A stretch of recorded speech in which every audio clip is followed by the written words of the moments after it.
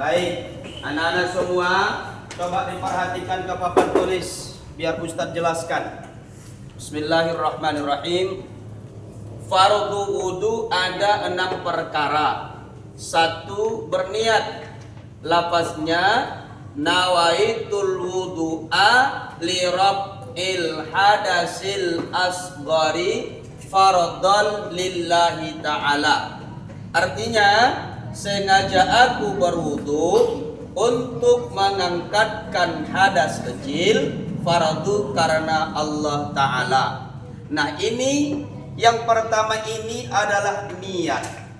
Lafaznya nawaitul wudu'a li rabbil hadasil asghari fardhan lillahi ta'ala. Kapankah kita melaksanakan niat ini, membaca niat ini Ustadz? Membaca niat itu di dalam hati ketika kita mau membasuh muka. Pas waktu kita membasuh muka begini, basuhan pertama, maka hati kita berbicara, sengaja aku berwudu untuk mengangkatkan hadas kecil fardu karena Allah Ta'ala.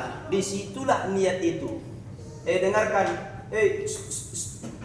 Dengarkan, nanti nggak pandai. Paham? Jadi niat itu dilaksanakan seiring dengan membasuh muka pada basuhan yang pertama. Karena yang disebut dengan niat itu adalah qasdus syai' muqtarinan bi fi'lihi, menyengaja sesuatu yang diiringi dengan perbuatan. Makanya niat itu amalan hati, bukan ucapan lisan. Paham anak-anak? Nah, ini yang pertama. Baru yang kedua, membasuh muka mulai dari tempat tumbuhnya rambut sampai anak telinga sampai bawah dagu. Rukun wudu yang kedua itu adalah membasuh muka. Membasuh muka, perhatikan, mulai awal tempat tumbuhnya rambut di atas kening kita sampai ke anak telinga, ini anak telinga, sampai ke bawah dagu. Itulah batas membasuh muka. Jadi kalau kita berwudu basuh mukanya nggak sampai awal tumbuh rambut, tidak sampai ke bawah ke anak telinga, tak sampai ke bawah dagu, maka wudunya tidak sah. Kenapa tidak sah? Karena rukun wudunya tidak sempurna. Paham? Jadi itu batasan membasuh muka ya. Jadi kalau wudu tidak boleh asal-asal seperti yang kemarin sudah Ustadz praktekkan. Mengerti?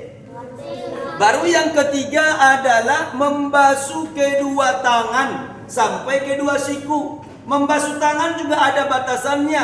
Mulai dari ujung tangan kita ini termasuk yang di bawah kuku, sampai dia terus lewatkan dari siku kita sampai ke otot kita ini, ke lengan kita. Nggak boleh kurang dari siku. Kalau kurang dari siku membasuh tangan, maka basuhan tangannya tidak sah. Ketika basuhan tangan tidak sah, berarti wudu tidak sah, karena membasuh tangan itu rukun wudu atau fardu wudu. Paham?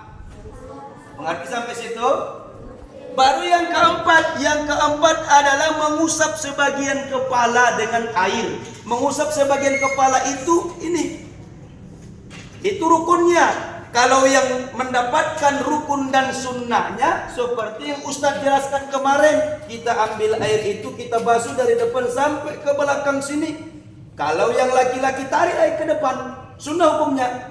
Tapi kalau yang perempuan cukup ke belakang saja, itu sudah sempurna rukun dan sunnahnya. Tapi kalau hanya rukunnya saja, cukup usap sebagian kepala begini, itu sudah sah wudunya. Mengerti?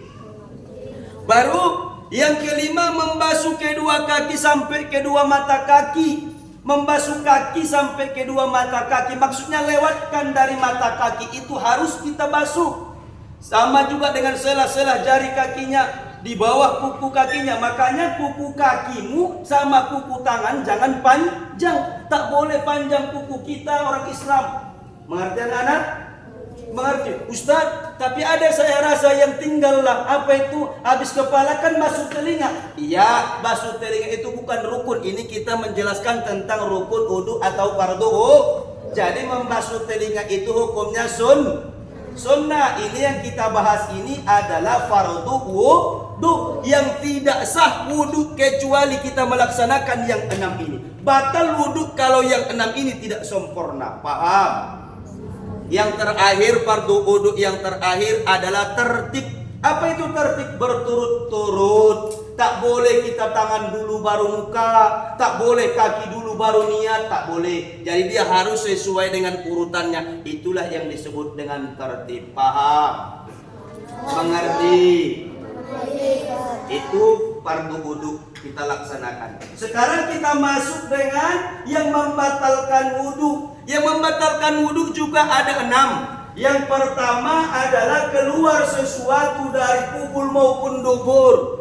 Sesuatu yang keluar, apapun itu yang keluar dari kemaluan kita, kecuali sperma, itu tidak membatalkan wudu tapi mewajibkan mandi. Jadi keluar sesuatu, mau contoh misalnya buang air besar, buang air kecil, buang angin, itu semua membatalkan wudu. Paham anak-anak? Yang kedua, hilang akal sebab gila atau mabuk, pingsan, itu semuanya membatalkan wudu. Udah wudu tadi, tiba-tiba rupanya apa? Terbentur kepalanya. Udah terbentur kepalanya, hilang ingatannya, gila dia. Batal wudunya. Walaupun nanti misalnya terbentur lagi, sadar lagi, baik lagi dia, gak gila lagi. Seperti di film-film itu kan. Seperti masa kan ada begitu kan, film masa kan. Paham? Jadi kalau seperti itu pokoknya hilang akalnya, maka itu batal wudunya. Yang ketiga, tidur tidak tetap duduknya. Nah ini perhatikan. Tidur tidak tetap duduknya, batal wudu. Berarti kalau tetap wudunya tidak batal wudu. Contoh kita sholat Jumat, khotib lagi berkhutbah. Banyak orang tidur dia lagi khutbah. Tidurnya itu nyender dia, kakinya diangkatnya misalnya.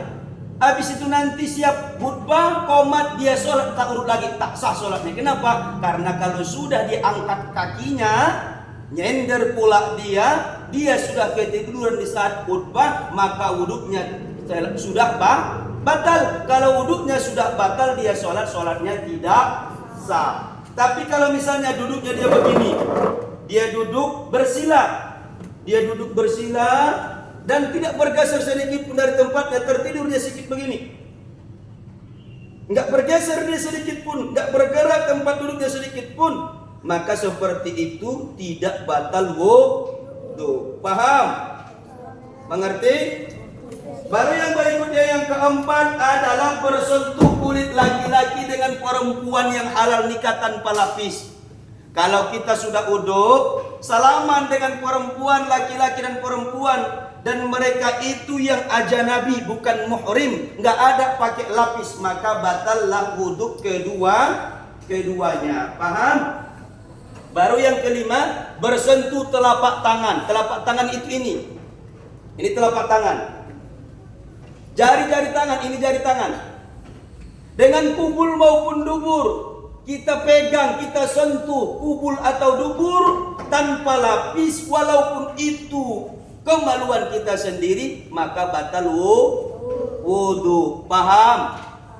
Yang terakhir murtad. Apa itu murtad? Orang yang keluar dari agama Islam. Na'udzubillah. Paham sampai situ? Inilah yang 6 ini yang membatalkan wudu. Mengerti? Baik.